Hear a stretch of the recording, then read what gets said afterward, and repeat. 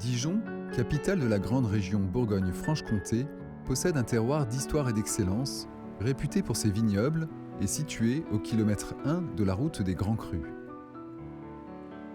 Depuis 2015, les climats du vignoble de Bourgogne, appellation donnée aux petites parcelles de vignes, sont classés au patrimoine mondial par l'UNESCO. Véritable carrefour européen, à seulement 1h40 de Paris, Dijon est desservi par 5 lignes TGV, 3 autoroutes et un aéroport.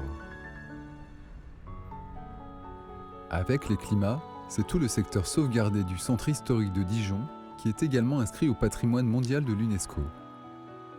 Surnommée la ville aux 100 clochers, Dijon avait déjà reçu le label Ville d'art et d'histoire en 2008. Le centre-ville compte ainsi 150 hôtels particuliers construits depuis le XVIe siècle, constituant une richesse patrimoniale qui lui vaut une reconnaissance internationale.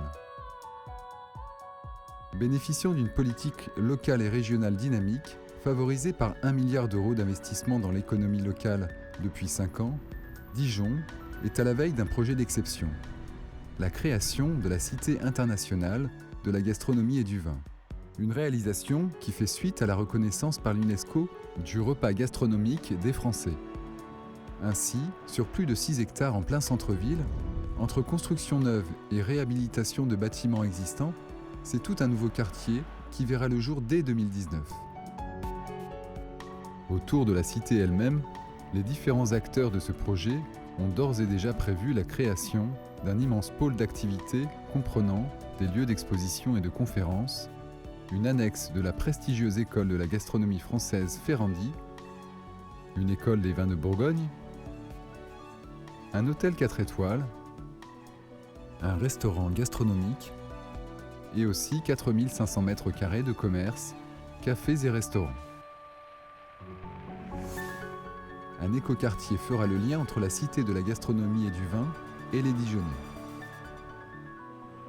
Au centre de ce vaste projet, le groupe François Ier s'est vu confier la restauration de l'ancien Hôtel-Dieu, qui sera transformé en logement de grand standing.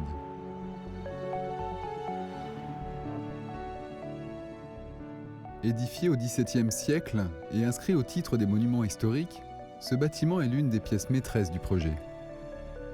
Élevé sur 3 niveaux, il s'articule autour de plusieurs cours pavées et constitue un magnifique exemple d'architecture bourguignonne avec de nombreux éléments remarquables tels que les toitures aux tuiles vernissées, les façades solennelles ou les porches d'entrée. Sa restauration, en 92 logements de 1 à 4 pièces, sera réalisée en concertation avec les Bâtiments de France et pilotée par l'un des architectes en chef des monuments historiques, Alain-Charles Perrault. Rendre vie et splendeur à l'ancien Hôtel-Dieu de Dijon. Faisant suite à de nombreuses autres opérations, le groupe François Ier s'impose comme la référence en matière de projets de restauration de prestige.